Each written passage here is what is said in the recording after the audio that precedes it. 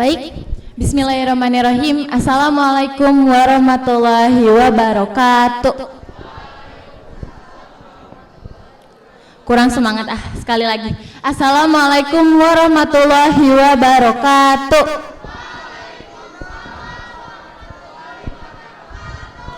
Pertama-tama mari kita panjatkan puji dan syukur kita kepada Allah Subhanahu wa taala yang telah memberikan nikmat besarnya, salah satunya nikmat sehat kepada kita. Tidak lupa juga salawat serta salam kita curah limpahkan kepada Nabi besar kita, Nabi Muhammad Sallallahu Alaihi Wasallam.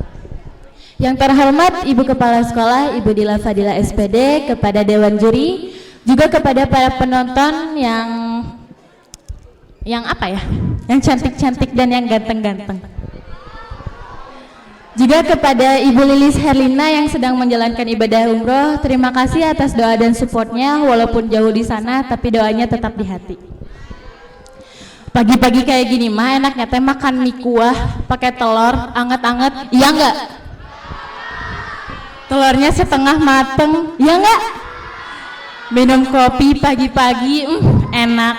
Itu keinginan kita, beda lagi sama kehendak Allah yang pengen kita pagi-pagi ini tuh salat duha, ngedengerin temennya yang lagi dakwah, nggak ngobrol waktu temennya yang lagi dakwah. Itu tuh perbedaan kehendak Allah sama keinginan kita, itu namanya tafrik, berbeda. Lain cerita lagi kalau kita pagi-pagi tuh udah niat ke sekolah, udah ngedengerin temennya dakwah, mencatat temennya dakwah, itu tuh namanya taufik, suatu titik temu dari perbedaan kehendak Allah sama keinginan kita.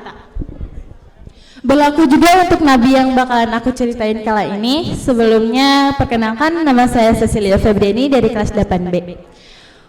Walaqad hammad bihi, yang artinya perempuan ini mau dengan lelaki itu. Lalu wal hamma biha, lelaki ini juga mau dengan perempuan itu. Namun karena mengikuti kehendak Allah, melawan keinginan kita, akhirnya ia selamat. Siapa sih Nabi itu? Nabi itu bernama Nabi Yusuf alaihissalam.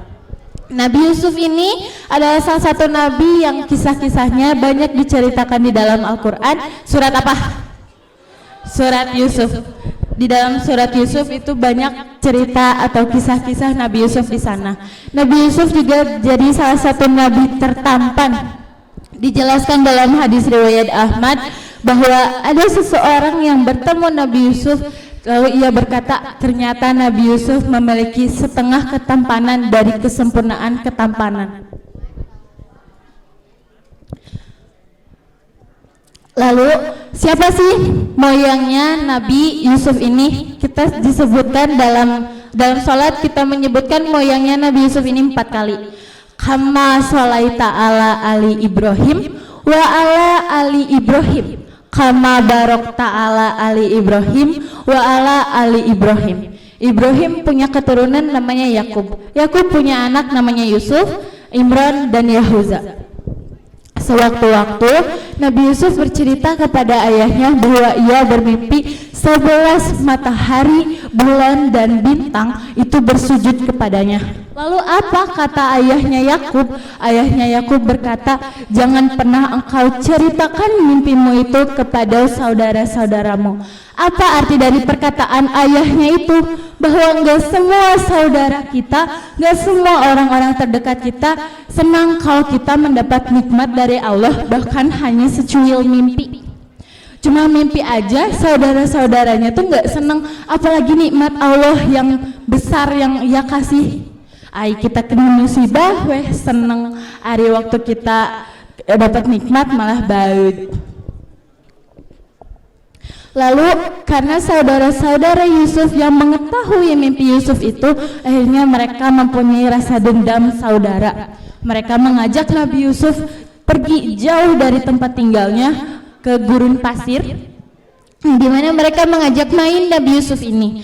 Setelah diajak main, dikasih kesenangan, Nabi Yusuf dimasukkan ke dalam sumur. Sebelum dimasukkan ke dalam sumur, Nabi Yusuf diambil pakaiannya, dicampurin sama kazib. Kazib itu darah bohong-bohongan. Jadi mereka datang ke ayah mereka Yakub lalu berkata, "Ayah, anakmu Yusuf telah dimakan serigala. Inilah barang peninggalan terakhirnya, lihatlah bercak darah anakmu ini." Setelah mengetahui itu, Nabi Yakub merasa kehilangan anaknya. Dia terus menangis dan terus menangis hingga air matanya kering dan mengalami kebutaan. Selama Nabi Yakub mengalami kebutaan, Nabi Yusuf ditemukan oleh warga sekitar, diangkat dari sumur lalu dianggap sebagai warga seperti yang lainnya.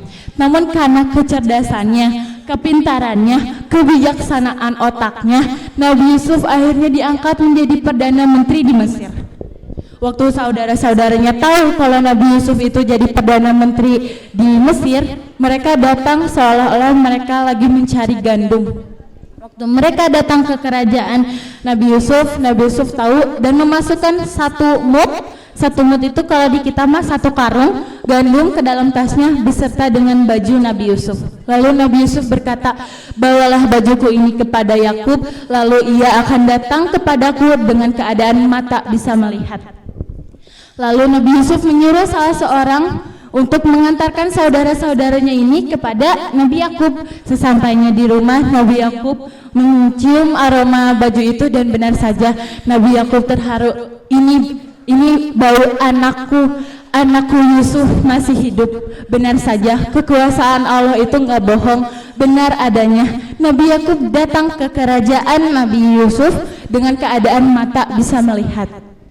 Seiring berjalannya waktu, Perdana Menteri yang bijaksana, yang cerdas dan yang bijaksana ini memiliki istri yang sangat-sangat dikagumi ketampanannya. Harapan saya kita bisa memiliki sifat taufik atau melawan keinginan kita dan mengikuti kehendak Allah. Sekian dakwah dari saya, dakwah singkat yang begitu cepat sama dengan kisahnya yang singkat namun kenangannya melekat. Wallahul muwaffiq ila aqwamit thoriq. Wassalamualaikum warahmatullahi wabarakatuh.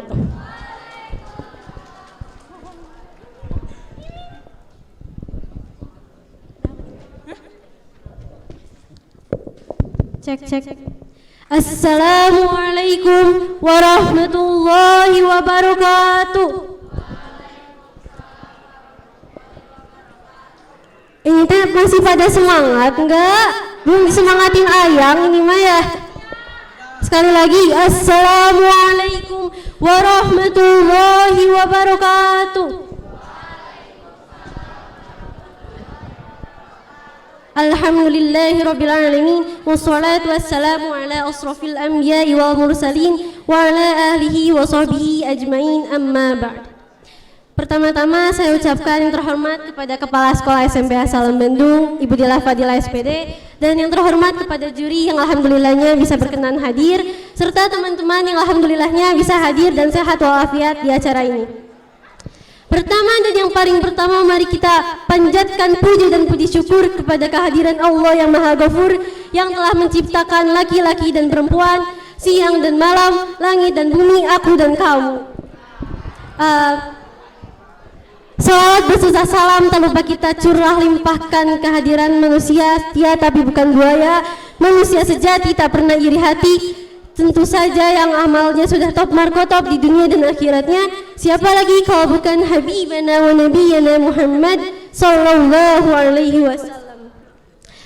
Mendengar pepatah tak kenal maka tak sayang maka tak cinta, maka perkenalkan terlebih dahulu, saya Aisyah Salfarani Fatia dari kelas 8B sebagai salah satu perwakilan dari kelas 8B yang akan membawakan dakwah singkat mengenai apa itu Isra Miraj beserta hikmahnya. Hadirin rahimakumullah, apa itu Isra Miraj? Ada yang tahu enggak? Nah betul, jadi Isra Miraj ini adalah dua perjalanan yang dilakukan oleh Nabi Muhammad dalam kurun waktu 1 malam menggunakan kendaraan yang bernama buruk. Buruk ini adalah kendaraan hewan atau putih yang kendaraan ini super cepat dan kilatnya, bahkan dapat perjalanan dari bumi menuju langit dalam kurun waktu 1 malam. di mana Isra Miraj ini diambil dari dua kata, Isra dan Miraj. Isra itu adalah perjalanan diberangkatkannya Nabi Muhammad dari Masjidil Aqsa menuju Masjidil Haram, dan Miraj adalah perjalanan diangkatnya Nabi Muhammad dari Masjidil Haram menuju langit ketujuh hingga ke Sidratul Muntaha. Sebagaimana Allah telah berfirman dalam Quran surah Al-Isra, Bismillahirrahmanirrahim. Subhanallazi asra bi 'abdihi lailan minal masjidil haram ilal masjidil aqsa allazi barakna haulahu linuriyahu min ayatin innallaha was-sami'ul basir. Bahwa sesungguhnya Allah telah memerintahkan hambanya yaitu Nabi Muhammad sallallahu alaihi wasallam lailan minal masjidil haram ilal masjidil aqsa, dari Masjidil Haram menuju Masjidil Aqsa dalam kurun waktu 1 malam. Lailan minal masjidil haram ilal masjidil aqsa, serta Allah telah memperlihatkan sebagian tanda-tanda kebesaran dari Allah. Isra Miraj ini baru sebagian tanda-tandanya, belum semuanya. Sudah kelihatan betapa agung dan besarnya peristiwa Isra Miraj ini. Lalu bagaimana perjalanan Isra Miraj ini bersama dengan malaikat Jibril dari langit ke-1 hingga ke Sidratul Muntaha.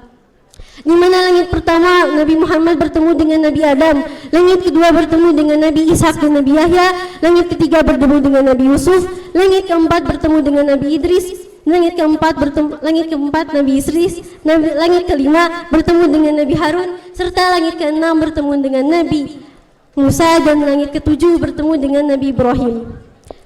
Nah, di ayat yang tadi saya bacakan tadi sudah jelas peristiwa Isra Miraj ini bukan peristiwa yang mengada-ngada, peristiwa yang ada dan nyata, bukanlah hoak.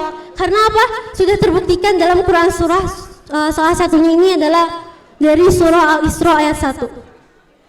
Lalu Isra Miraj ini sudah pasti ada hikmahnya, seperti dalam kullu syai'in hikmah, bahwa sesuatu itu pasti ada hikmahnya. Lalu apa hikmahnya? Hikmahnya adalah Allah memerintahkan manusia, khususnya adalah umat Nabi Muhammad, untuk menjadi manusia yang dapat mengukur kebenaran, melihat kebenaran, menegakkan kebenaran, dan juga mengukur kebenaran. Kebenarannya dari mana? Kebenarannya ini maksudnya adalah bukan dari segi logika ataupun dari ilmiah, melainkan dari keyakinan yang besar kepada Allah. Karena contohnya bisa kita lihat dari peristiwa Isra Miraj.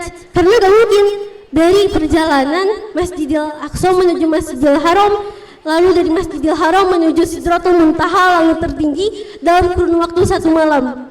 Itu tidak mungkin. Tapi mengapa umat Nabi Muhammad pada percaya? Karena besarnya keyakinan kepada Allah Subhanahu wa Ta'ala. Lalu kesimpulannya apa? Kesimpulannya dapat kita simpulkan bahwa Isra Miraj ini adalah peristiwa besar, salah satu peristiwa besar dari Allah, yaitu ketika perjalanan dari lailan minal masjidil haram ilal masjidil aqsa, perjalanan dari Masjidil Haram menuju Masjidil Aqsa, lalu dinaikkan kembali menuju Sidratul Muntaha bersama dengan Buraq. Dan dari situ Allah menegakkan peraturan kepada Nabi Muhammad untuk menegakkan peraturan sebanyak sholat 50 kali, namun diringankan kembali menjadi 5 kali. Mau diringankan lagi? Nabi Muhammad berkata, sudah cukup malu saya memohon kepada Rabbku. Berarti Allah ini sudah Allah ini benar sayang sama kita, karena kita nggak mungkin melaksanakan sholat 5 waktu dalam 1 hari. 5 waktu aja kita belum tentu bisa ngelunasin semuanya, belum lagi kalau 50. Berarti ini sudah jadi salah satu bukti mengapa Allah Subhanahu wa Ta'ala ini sayang sama kita, peduli sama kita. Lalu cukup sekian yang bisa Aisyah saya sampaikan. Sebelum ditutup, mau tutup pakai pantun terlebih dahulu. Mohon maaf pun hati karena banyak cowok yang mau lirik membuat hati saya terjungkit-jungkit. Dari matahari terbit dimohon pamit. Wassalamualaikum warahmatullahi wabarakatuh.